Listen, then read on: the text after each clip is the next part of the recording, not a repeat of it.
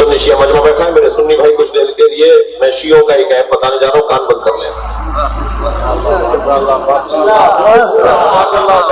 اس لیے کہ سنیوں کے ایپ تو سنی علماء ہی بتائیں گے، میں بتاؤں گا تو فساد ہو جائے گا، میں تو شیعوں کے بارے میں کچھ کہہ سکوں گا۔ اب اگر یہ وہاں پر بھی ہے تو وہ جانے، ان کا کام جانے، میں تو اپنے لوگوں سے کہہ رہا ہوں، خدا کے واسطے جتنا بھی ہماری قوم میں بگاڑ اور مسائل ہے نا، وہ لالچ کی وجہ سے، لالچ سے ہاتھ اٹھائے، خواہشات، لالچ، میرا احترام نہیں کیا، مجھے اچھی جگہ نہیں بٹھایا، مجھے نہاد اچھی نہیں ملی، مجھے فلاں جگہ نہیں یہ ملا، مجھے فلاں جگہ نہیں بلایا، یہ لالچ ہی تو ہے، خواہشات، آرزوئیں، تمنائیں، ذلیل کر دیا اس نے۔ مجھے تو اگر کوئی کہتا ہے نا کہ فلاں پیسے طے کرتا ہے مجلس پڑھنے کے یا میلاد پڑھنے کا، مجھے جھرجھری تاری ہوتی ہے۔ پانی کو نیاز نظر دینی چاہیے کیونکہ ائمہ نے دی، مگر نیاز ہے، یہ کوئی اجرت تو ہے نہیں کہ جو میں طے کروں، اجرت طے ہوتی ہے نا، تنخواہ طے ہوتی ہے، پروجیکٹ کی تنخواہ طے ہوتی ہے، مثلا میں یہ محفل پڑھنے آؤں، یہ پروجیکٹ ہے، میں اس کو طے کروں گا۔ اگر میں نے دنیا میں پیسہ لے لیا، طے کر لیا، تو آخرت میں سیدہ سے کیا چاہیے، آخرت میں نبی سے کیا چاہیے؟ خدا کے واسطے مجھے تو یقین نہیں آتا کہ اگر بعض لوگ کہتے ہیں طے کرتے ہیں لوگ، میں نے کہا مجھے نہیں یقین آتا کہ کوئی طے کرتا ہوگا، وہاں سے طے ہوتی ہے۔ میں سنی بھائی جو کہہ رہا ہوں کام ذرا بند کریں، ہمارے یہاں ہوتا ہوگا، وہاں نعت پڑھنے والے ایسا نہیں کرتے، وہاں اور ایسا نہیں کرتے جی، خدا کے واسطے لالچ سے باہر آئیے۔ اچھا، ان کی یہ لالچ ہے، میری لالچ ہے، جس کو پیسے کی لالچ نہیں ہوتی، کسی اور چیز کی لالچ، لالچ، لالچ۔ حسین مولا فرما رہے ہیں من کانا باذلا فینا، جو اپنے اوپر سے، اپنے آپ سے ہاتھ اٹھانے کو تیار ہے، فلیرحل معنا، وہ مجھے حسین کے ساتھ چلے، ہر آدمی میرے ساتھ نہیں چل سکتا، میرے ساتھ چلنے والا اپنی ذات سے ہاتھ اٹھائے۔ خفا ہو رہے ہیں آپ؟ نبی مولا فرما رہے یا علی، اللہ نے تمہیں دو چیزوں سے سجا کر بھیجا، میرے عزیز جو ایک گھنٹے سے زیادہ کھڑے ہو کر سن رہے ہیں، میں ان کے لیے خاص دعا کر رہا ہوں، اللہ ان کو اس کا اجر و ثواب عطا فرمائے۔ یا علی، اللہ نے تمہیں دو چیزوں سے سجا کر بھیجا ہے، ایک دنیا کا زاہد بنایا ہے اور ایک مسکینوں سے پیار کرنے والا بنایا ہے۔ خبردار، کسی کے کپڑے پھٹے ہوئے ہوں تو اس کو حقیر نہ جانیے گا، کوئی مہنگی گاڑی سے آ رہا ہو تو اسے امیر نہ جانیے گا۔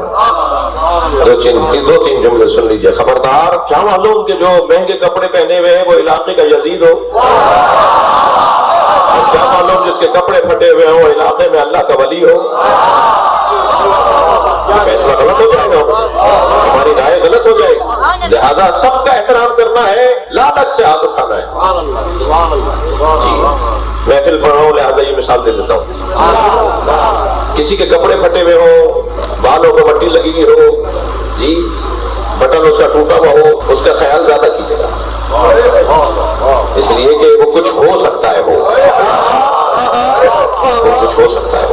ایسے ہی ایک درویش مولانا بازار سے گزر رہا تھا، تو ایک دودھ والا، جو دودھ بیچنے والے ہوتے ہیں نا، دکانیں ہوتی ہیں ڈیری شاپ والے، اسے آواز دے کر کہا درویش دودھ پیو گے؟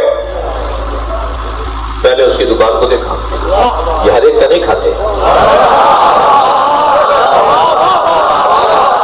پہلے اس کی دکان کو دیکھا، کہنے لگے پلا دو، اس نے کاسا بھر کے، ایک کٹورا بھر کے دودھ دے دیا، اس نے دودھ پیا، اللہ کا شکر ادا کیا، اس کا شکریہ ادا کیا، چلنے لگا تو پیر ایک گڑھے میں گیا، ایک جگہ گیا جہاں کیچڑ اڑی، کیچڑ اٹھی تو دیوار کے ساتھ دو آشنا باتیں کر رہے تھے، ایک لڑکا اور ایک لڑکی، یہ زیادہ نہیں بولوں گا، وہ دونوں کھڑے ہوئے آشنا محبت کرنے والے ایک دوسرے سے باتیں کر رہے تھے، وہ جو کیچڑ اڑی تو وہ لڑکی کے منہ پہ جا کے لگی، تو لڑکی کو تو کچھ پریشانی نہیں ہوئی، لڑکا پریشان ہو گیا، قریب آیا اور ایک تھپڑ مارا اس کو، تمہیں نظر نہیں آتا؟ تو آسمان کو دیکھ کر یا اللہ تیرا کام بھی تیرا ہی ہے، کبھی دودھ پلواتا ہے، کبھی تھپڑ لگواتا ہے، جیسے ہی اس نے کہا نا کبھی دودھ پلواتا ہے، کبھی تھپڑ لگواتا ہے، تو وہ لڑکی زمین پر گری، تڑپنے لگی، مر گئی، اسی وقت مر گئی۔ لوگ جمع ہو گئے، بھائی تم تو اللہ کے ولی ہو، تم نے بد دعا کی، عورت مر گئی، لڑکی مر گئی. کہا نہیں نہیں نہیں، میں کوئی اللہ کا ولی نہیں ہوں. دو یاروں کا مسئلہ ہے، ایک یار نے مجھے مارا، ایک یار نے اسے مارا.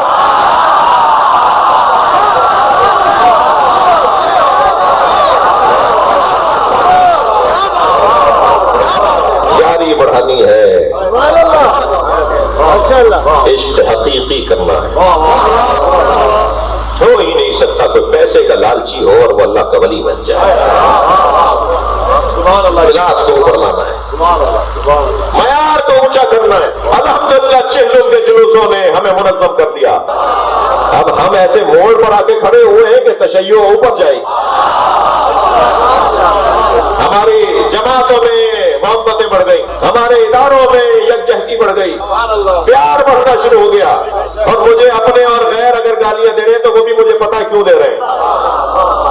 یہ تو منتیں مانگ رہے ہوں گے کہ کبھی اس کو مار دیا جائے، ختم کر دیا جائے. اور میرے لیے شہادت کی دعا بھی کریں آپ. اللہ ہمیں عظمت کی موت عطا کرے، ہم سب کو اللہ سعادت کی موت عطا کرے. کوئی آپ حیات بھی کرنی آئے. برائے صحت و سلامتی و طولانی عمر مولانا شیخ نقوی صاحب آپ سب کے لیے